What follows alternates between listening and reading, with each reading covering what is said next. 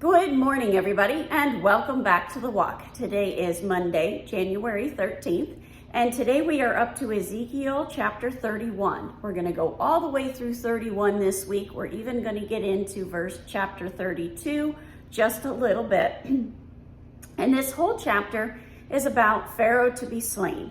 We have seen over and over again that nations that became very powerful, very abundant, very prosperous, they're brought down, and they're brought down by their neighboring nations. Why? Because God allows it. So that brings us to 31 verse 1, which says, "In the 11th year, in the 3rd month, on the 1st day of the month, the word of the Lord came to me." Okay, immediately you're wondering, what would that date be on our calendar? Well, that was June 21st, 587 BC. And it's nearly 2 months after the date that's mentioned in Ezekiel 30, verse 20.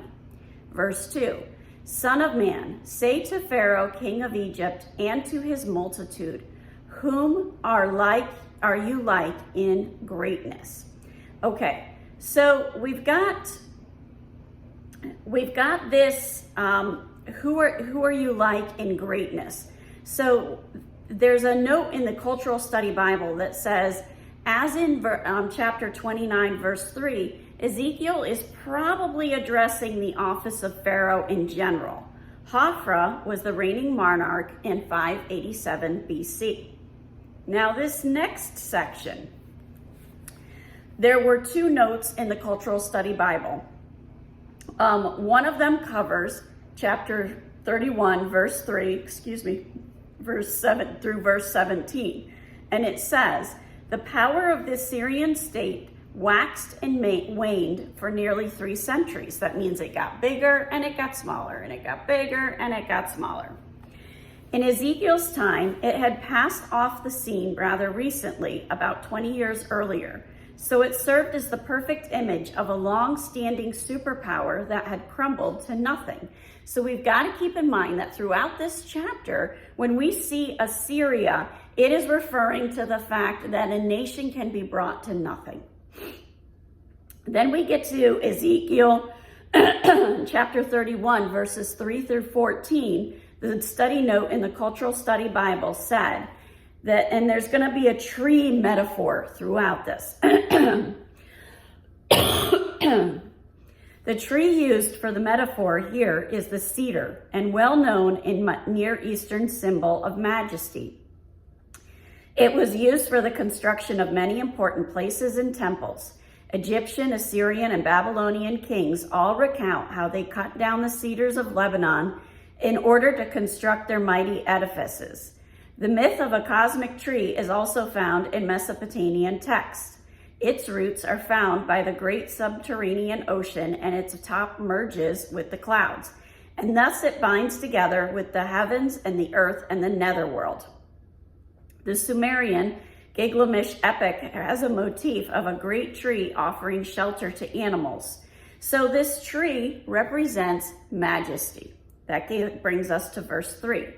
"Behold, Assyria was a cedar in Lebanon, with beautiful branches and forest shade, and of towering height, its top among the clouds." Okay, so let's think this through.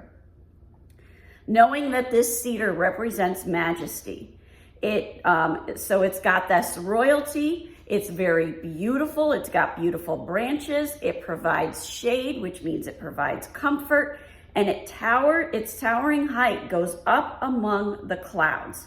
Now, in the Fire Study Bible, there was an interesting note that says, Ezekiel compares Egypt's situation to Assyria's days of glory and to its downfall.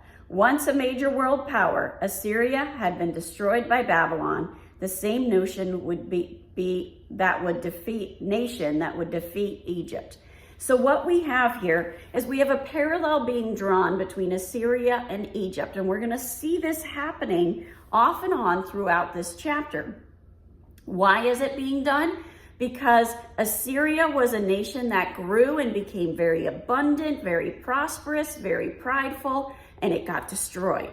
And it had already happened 20 years before Ezekiel's receiving this prophecy. So it was a good comparison for what he was seeing for Egypt to help the people understand. With all prophecy, we've got to remember that sometimes they're seeing or experience things that there just isn't a vocabulary to describe it. So they're looking for ways to describe it. And Ezekiel's tool was to compare it to Assyria. Once again, this same theme is going through that we have seen for several weeks now, where our pride can pull us away from God, and we can begin to think that all of our abundance, all of our power, all of the things that are going well for us are to our credit. And it's important that we remember that it's only because God equipped us to do it that we can have that. Have a wonderful day. God bless, and keep walking the walk.